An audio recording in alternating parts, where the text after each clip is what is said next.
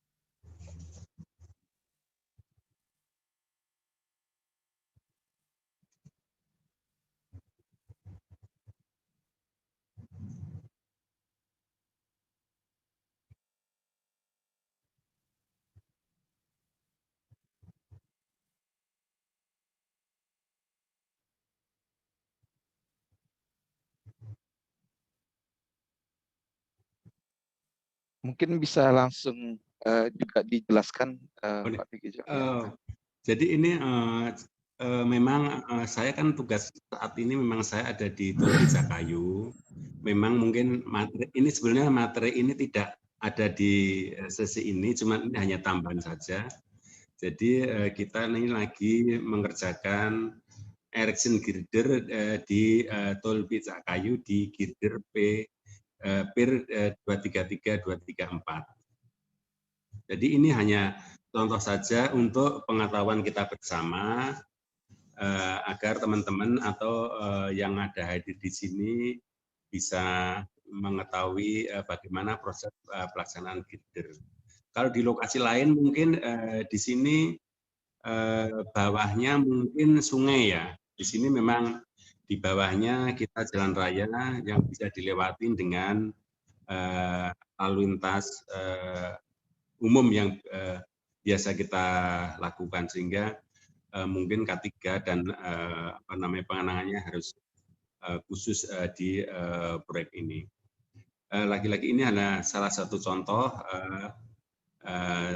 tidak harus seperti ini, nanti mungkin teman-teman atau Bapak Ibu bisa dengan metode yang lain. Tentunya harus kita lihat kapasitas dari girder yang kita angkat tersebut berapa ton. Kalau kita lihat yang ada di tempat kita ini memang girdernya kira-kira sekitar 40 atau 50-an ton saja, sehingga kita tidak memerlukan alat yang cukup berat di sini. Nah, inilah contoh saja dari bawah kita ke atas. Setelah ke atas kita geser ke arah kanan. Di sini nanti ada sekitar 4 atau 6 girder yang akan kita angkat. Untuk lokasi jembatan ini sudah mulai turun satu persatu. Tadi yang pertama sudah turun, sekarang yang kedua. Nah, ini adalah hanya sebagian contoh saja, Pak. Oke, baik. Terima kasih Pak Tukijo. Memang penting sekali saya kira dari video yang sudah disampaikan tadi adalah tentang bagaimana K3 itu bisa diimplementasikan. Selanjutnya silakan Pak Tukijo untuk bisa disampaikan juga ini.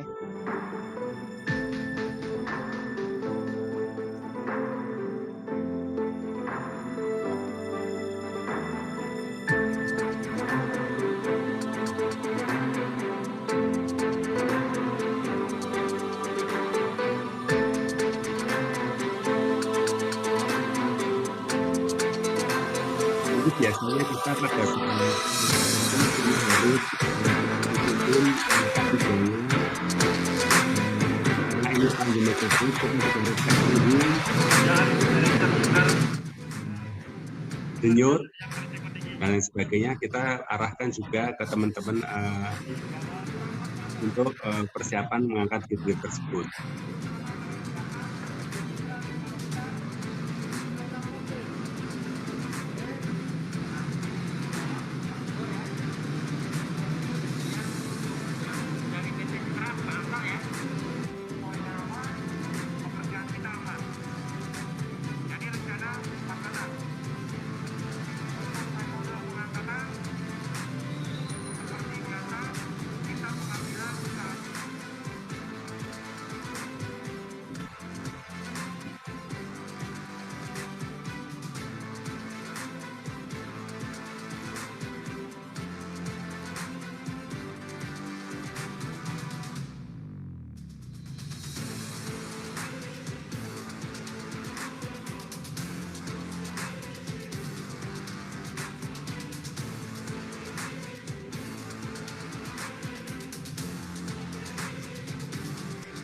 Ini di Jakarta, Bekasi.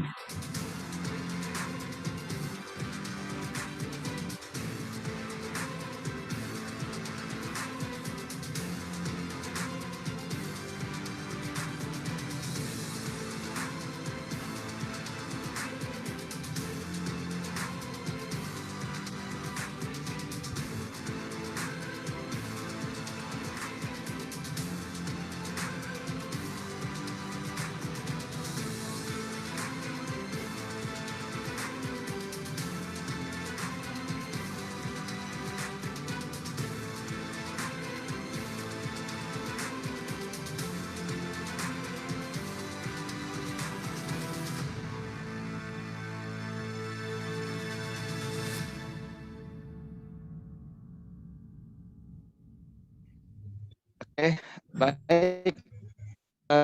Baik, saya kembalikan Tadi sudah kita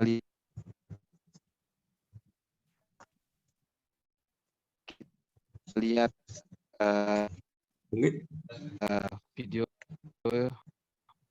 cukup baca kali ya.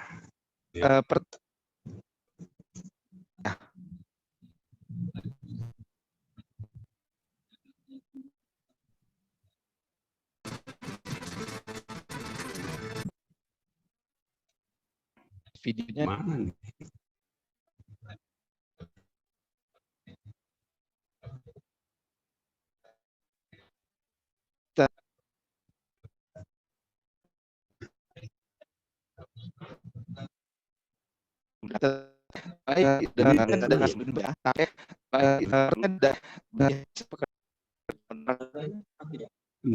Kenapa Pak? Gimana Pak?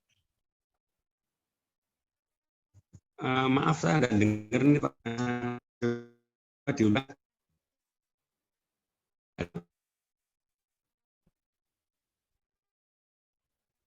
Halo?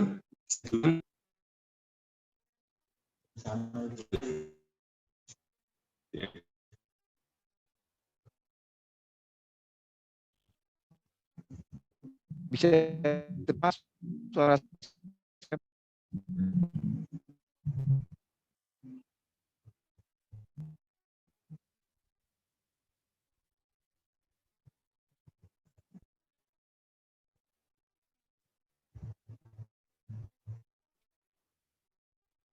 Pak, suara saya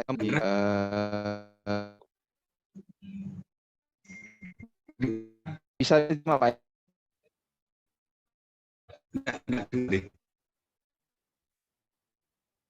Halo?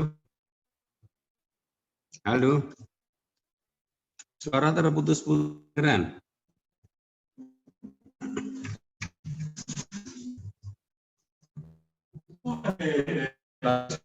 Menit saya dulu.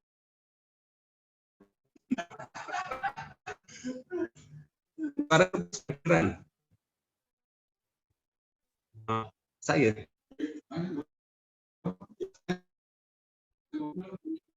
Yang mau saya bilang, belum boleh kan?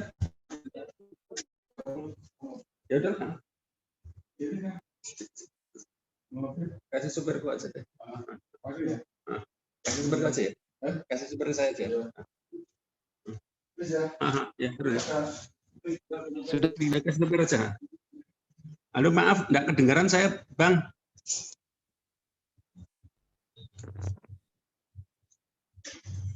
Saya nggak kedengaran. Kedengaran Pak, suara Bapak Pak. Cuman memang sinyal kita yang di. Ada kedengaran? Udah Pak. Oke. Belum stabil Pak. sudah bisa terima.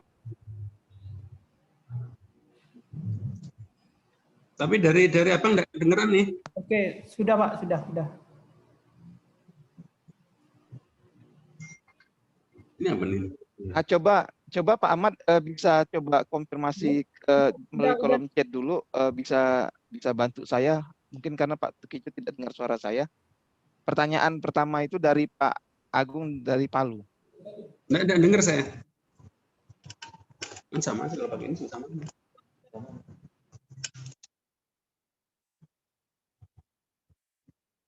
Halo Pak Tukijo, bisa dengar suara saya? Halo, udah. Bisa. Oke, baik. Sudah. Pertanyaan pertama. Ya, pertanyaan pertama, bagaimana tanggapan Bapak jika kontraktor tidak mengajukan kesiapan kerja, tetapi pihak MK meng-ACC pekerjaan kontraktor? Bagaimana tanggapan Bapak jika tulangan geser atau sengkang balok dan kolom tidak ditekuk 135 derajat sesuai SNI dengan alasan tukang susah kerjanya dan mudah patah? Itu pertanyaan pertama. Apakah mau Bapak jawab langsung atau lanjut ke pertanyaan berikutnya, Pak? Mungkin maaf tadi yang pertama tadi pertanyaan apa tadi? Yang pertama suaranya karena putus-putus. Ya. Jika kontraktor tidak mengajukan kesiapan kerja, tetapi pihak MK meng-ACC pekerjaan kontraktor, tanggapan Bapak gimana? Ya, semua itu harus satu-satu dulu, Bang ya. Ya, siap. Satu-satu. Yang pertama memang kita harus ada kesepakatan antara kontraktor dan pengawas. Dasarnya apa? Dasarnya tentunya dokumen kontrak. Kita tidak bisa mengesampingkan dokumen kontrak. Kalau memang dokumen kontrak seperti yang dinyatakan pengawas sudah benar, seharusnya kontraktor juga harus bisa menandatangani dokumen tersebut. Atau sebaliknya, karena kalau dokumen kontrak tidak mengatakan demikian, harusnya kontraktor juga tidak bisa menandatangani dokumen tersebut. Ada salah satu contoh mungkin, serah terima lahan, biasanya kan ada kata-kata bahwa kontraktor wajib begini, tidak ada alasan apapun. Padahal di situ tanahnya belum bebas. Sehingga kan kita tidak masuk di situ. Itulah yang akan mengakibatkan kita tidak mau atau tidak bisa minta tanda tangan tersebut. Jadi yang kita ajukan adalah dokumen kontrak atau dokumen tender. Selama ada dokumen tender, semua happy-happy aja kita, termasuk pengawas harusnya happy-happy. Jadi dasar kita, bisnis kita adalah dokumen kontrak atau dokumen tender. Itu yang pertama. Yang kedua, yang mengenai pembesian. Lagi-lagi ujung-ujungnya kita dasarnya adalah dokumen kontrak. Kalau di gambar shop drawing mengatakan punya belokan besinya harus berapa 180 derajat, ya harus kita pasang 180 derajat. Kenapa dipasang 180 derajat patah? Bisa jadi besi betonnya tersebut sangat tinggi. Nah, kalau besi beton U-nya sangat tinggi, tentunya kan kita harus nanya ke konsultan pengawas nih. Pengawas, kok ini besinya kok setelah dibekok 180 derajat kok retak atau patah? Tentunya harus ada penjelasan apakah mutu besi betonnya diganti atau kita tetap harus minta konsultan pengawas untuk mereview besi beton tersebut. Itu yang kedua. Yang ketiga tadi apa, maaf Pak? Bang? Yang selanjutnya, untuk estimasi biaya tak terduga dan keuntungan kontraktor, bagaimana metode pembuatannya? Apakah ada patokan berapa persen atau bagaimana? Terima kasih. Ya sebetulnya kalau itu kan ya lanjut Pak.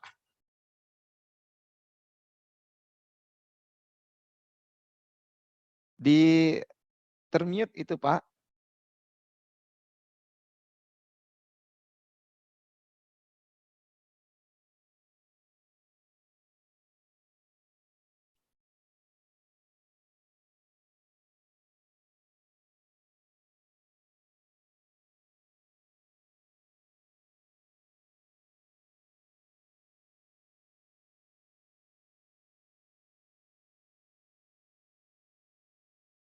Pak,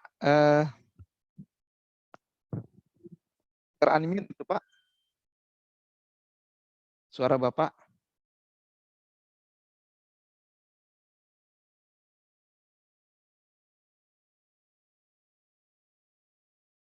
Pak Tukijo.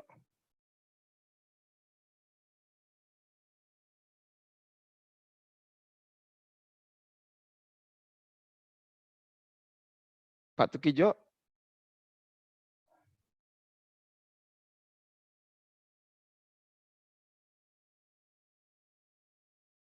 Bisa di-mute dulu, Pak. Atau Pak Ahmad. Pak Ahmad, coba di... Beliau udah saya ask to unmute, Pak, karena dia sudah co-host, jadi unmute dan mute-nya sendiri dia. Oke. Bisa langsung dari admin.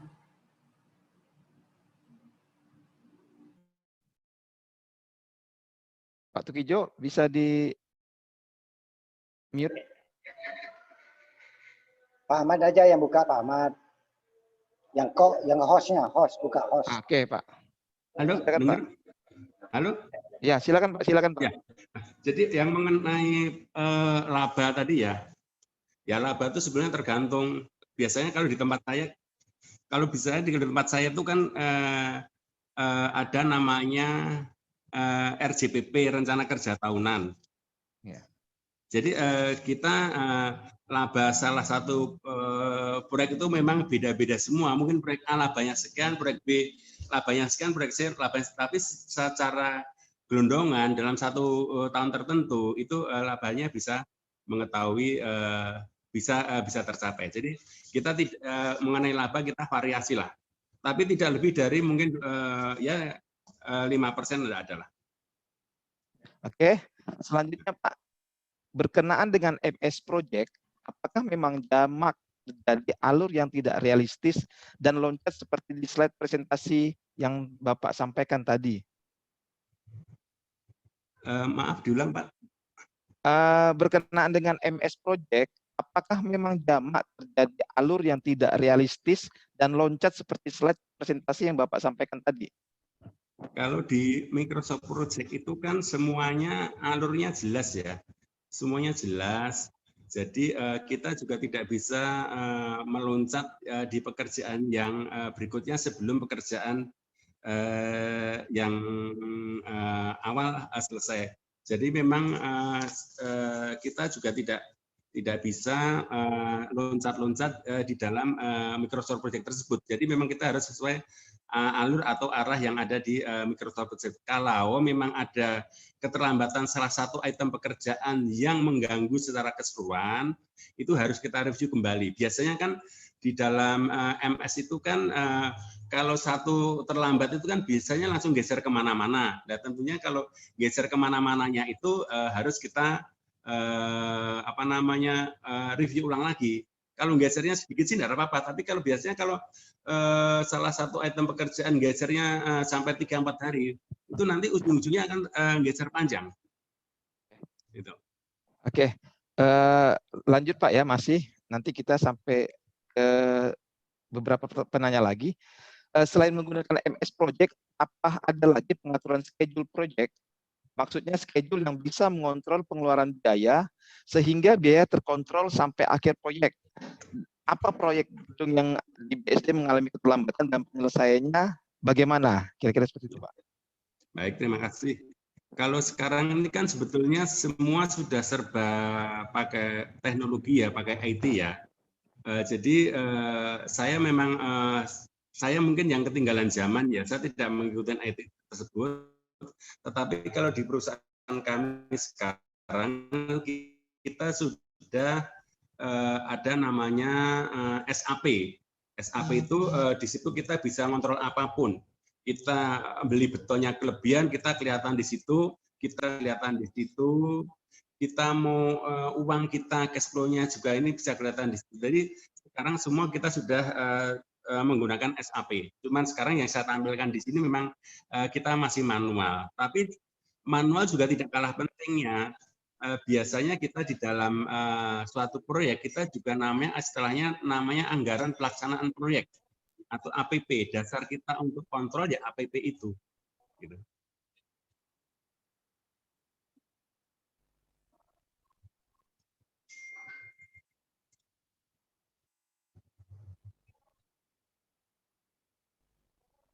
Aduh, enggak.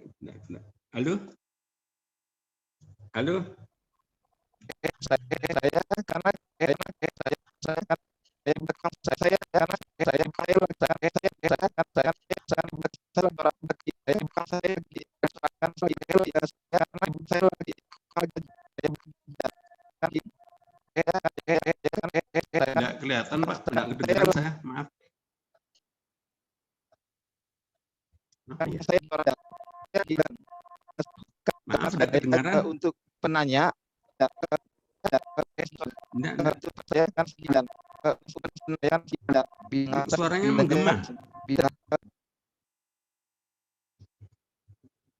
ya bisa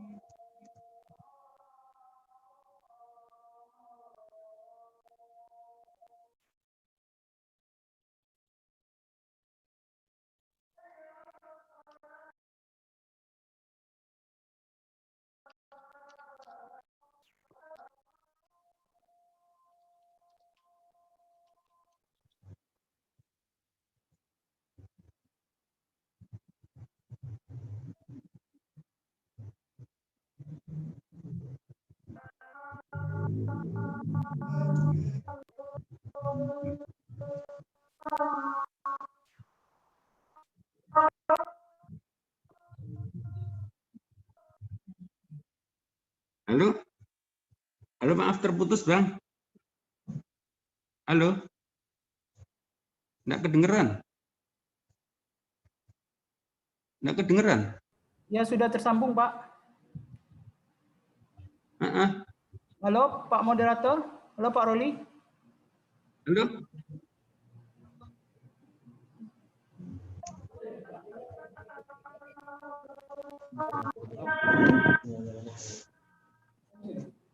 gimana suara saya? Kedengaran Bang, kedengaran. Coba lagi Bang.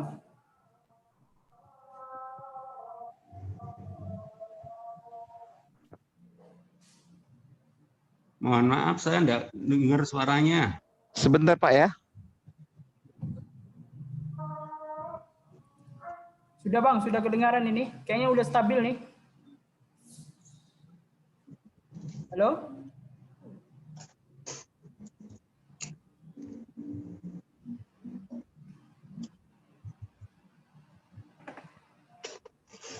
Oke, bagaimana terima suara saya Pak? Ya, Bisa dengar Pak? kedengaran. Bisa. Bisa. Ya, silakan. Oke, baik. Selanjutnya, bagaimana cara menerapkan prosedur metode kerja yang baik kerja pengecoran oleh konsultan pengawas ke kontraktor pada suatu proyek agar mutu biaya dan waktu bisa tercapai?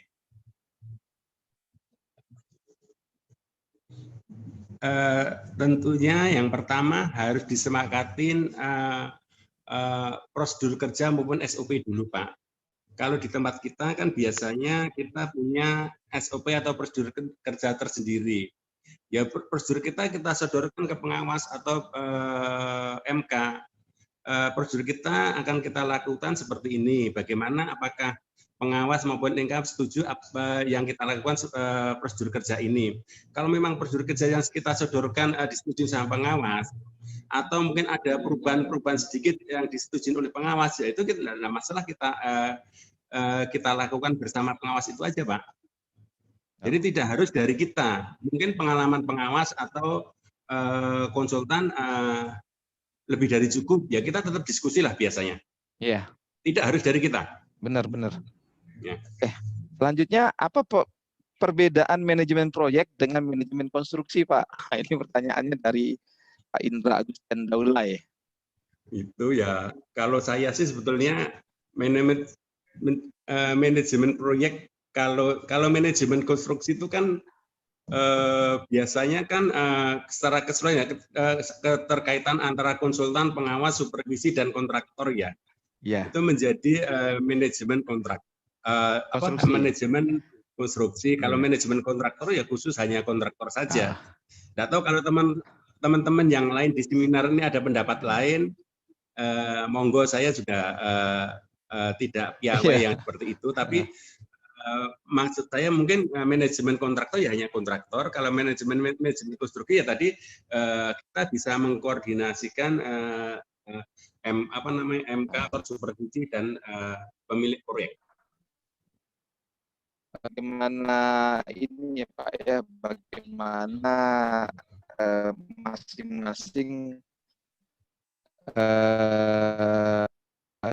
teori saja Pak ya, teori bagaimana proyek Pak dan manajemen konstruksi itu. Ini masih banyak sekali sumber dari pembiayaan sendiri, apakah menggunakan crane service atau menggunakan launcher dan entry seperti metode yang ada di video. Bisa dengar Pak? Nggak dengar saya. Mana yang lebih cepat? Bisa Pak? Bisa dengar Pak? Ya, bisa. Mana yang lebih cepat dari segi waktu dan lebih murah dari pembiayaan? Apakah menggunakan crane service atau menggunakan launcher gantry seperti metode yang ada di video? Itu dua-duanya bisa kita pakai. Lagi-lagi semuanya tergantung, termasuk jumlah yang kita angkat. Kalau yang kita angkat mungkin hanya 100 batang atau 100 girder, mungkin kita lebih murah menggunakan crane. Tapi kalau seperti di tempat kita ini yang kita angkat 3.000 girder, tentunya launcher akan lebih murah. Satu. Yang kedua, dan juga ada tempat-tempat tertentu yang launcher itu juga tidak bisa. Harus menggunakan service crane atau mobil crane. Ya kita bisa modifikasi lah. Tapi semua tergantung volume dan lokasi di lapangan. Oke, saya kira clear itu ya. Dan saat ini pertanyaan terakhir, Bapak, pertanyaan terakhir, dan buat para peserta ini adalah pertanyaan terakhir, karena sini sudah jam 3 sore. Kenapa dalam suatu proyek banyak terdapat konsultan? Nah, ini pertanyaan ini kayaknya dari mahasiswa ini. Oh, bukan. Serah terima lahan di sini apa perlu surat hitam putih, Pak? Atau ada form standarnya? Lalu kepalaan tester itu apa ya? Lalu kalau 4 jam bongkar kolom setelah cor seperti pemaparan Bapak tadi, apakah sesuai dengan standar, Pak? Terima kasih. Itu pertanyaannya, Pak. Oke, yang pertama, yang kolom dulu Pak. Ya. Yang kolom itu memang itu ya kalau itu kan hanya pengalaman ya. Itu paling lama bukan 4 jam tadi saya, mungkin maksimum 8 jam lah, sorry, bukan 4 jam, 8 jam, saya koreksi ya. 8 jam sudah kita bongkar. Yang kolom memang tidak 4 jam, mungkin saya koreksi 8 jam. Kalau yang mengenai serah terima lahan itu wajib. Kenapa? Karena waktu pelaksanaan kontrak adalah dimulai dari serah terimanya lahan. Biasanya kan di dalam dokumen kontrak mana yang mendahului itu yang biasanya kan biasanya di dalam dokumen kontrak kan ada kata-kata bahwa pelaksanaan kerjaan 300 hari dimulai sejak satu mungkin serah terima lahan, yang kedua mungkin uang muka, yang ketiga mungkin gambar harus selesai. Dari salah satu itu mana yang mendahului. Kalau memang salah satu itu yang sudah bisa masuk, ya nggak apa-apa. Tapi serah terima lahan menurut saya wajib. Dasarnya apa? Itu untuk nanti kalau ada dispute. Biasanya di akhir proyek itu kan biasa loh, ini pasti kan ada dispute gitu.